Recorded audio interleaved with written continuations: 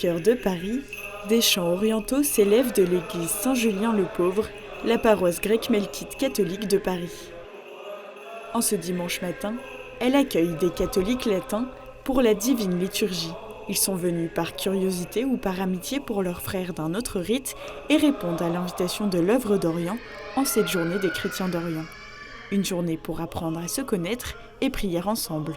Ici à Saint-Julien, nous sommes appelés à vivre toute l'année cette dimension de rencontre, de joie de rencontrer nos frères occidentaux.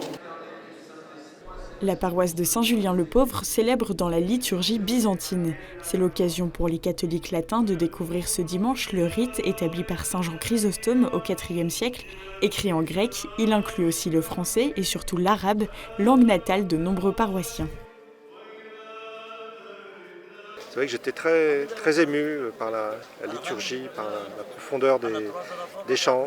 C'est bien de temps en temps de se déplacer de son univers symbolique, de ce qu'on connaît, pour s'ouvrir à d'autres formes, à d'autres liturgies, pour se réveiller. Je vais repartir ici avec des impressions, des émotions, des visages, des voix, des lumières, même si je ne parle pas l'arabe, mais il ne s'agit pas de comprendre, il s'agit de recevoir et d'accueillir.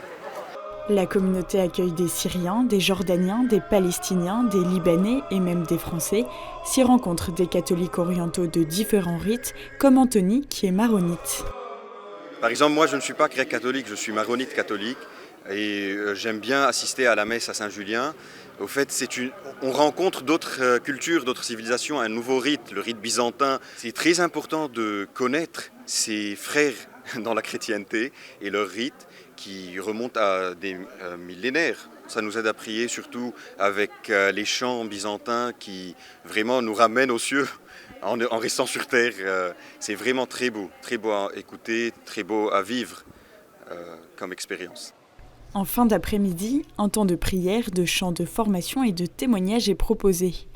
Un échange se met en place. Il y a donc plusieurs générations qui sont passées ici. Comment se fait-il que votre paroisse est toujours très vivante ? Le but, découvrir et s'enrichir des particularités des églises orientales, le chant sacré, des offices longs, l'encens ou les processions. Je garde présent à l'esprit cette invitation du pape Saint Jean-Paul II de respirer avec deux poumons, celui de l'Est et celui de l'Ouest, de l'Orient et de l'Occident. Et je crois qu'on peut ajouter, il nous a appelés aussi à l'échange des dons, donc l'échange des talents, voilà, entre la tradition occidentale et les traditions orientales. Un des dons propres à la liturgie byzantine, le chant sacré. Il fait partie intégrante de la liturgie et touche même les moins habitués.